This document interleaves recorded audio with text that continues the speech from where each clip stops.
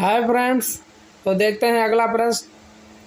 सूची 1 स्कंद नियंत्रण की विधियां हैं और सूची 2 में उनकी व्याख्या की गई है। ठीक है, देखते हैं। JIT system, just in time system. समान सूची सामानों का प्रयोग किए जाने वाले मात्र कुछ घंटे पहले विनिर्माण स्थल पर पहुंचती है। जस्ट इन टाइम सिस्टम में समान सूची सामानों का प्रयोग किए जाने से मात्र कुछ घंटे पहले विनिर्माण स्थल पहुंचती है। ठीक। ABC analysis, always better control analysis.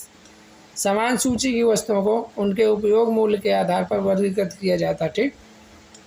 FSND analysis, F fast moving, S slow moving and non moving.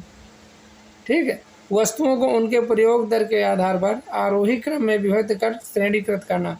आरोही क्रम में विभक्त कर श्रेणीकृत करना FSND कहलाता है। अगला VED analysis, B vital part, A essential part, D desirable value होता है। ठीक है, वस्तुओं को उनके महत्वपूर्ण प्रयोग के आधार पर विभक्त कर श्रेणीकृत करना, ये वेद विश्लेषण आता है। देखो, वेद विश्लेषण का प्रयोग सामग्री नियंत्रण के लिए किया जाता है। ये प्रश्न कई बार आ चुका। ठीक है, वैसे देखें तो ये सभी का प्रयोग जो है किसी न किसी प्रकार से सामग्री नियंत्रण के लिए ही जो स्कंद नियंत्रण की विधियाँ ही दी हुई हैं। तो स्कंद नियंत्रण की विधियाँ देखो, JIT system, ABC analysis, FSND analysis और वेद एनालिसिस होता है। ठीक है, धन्यवाद दोस्तों।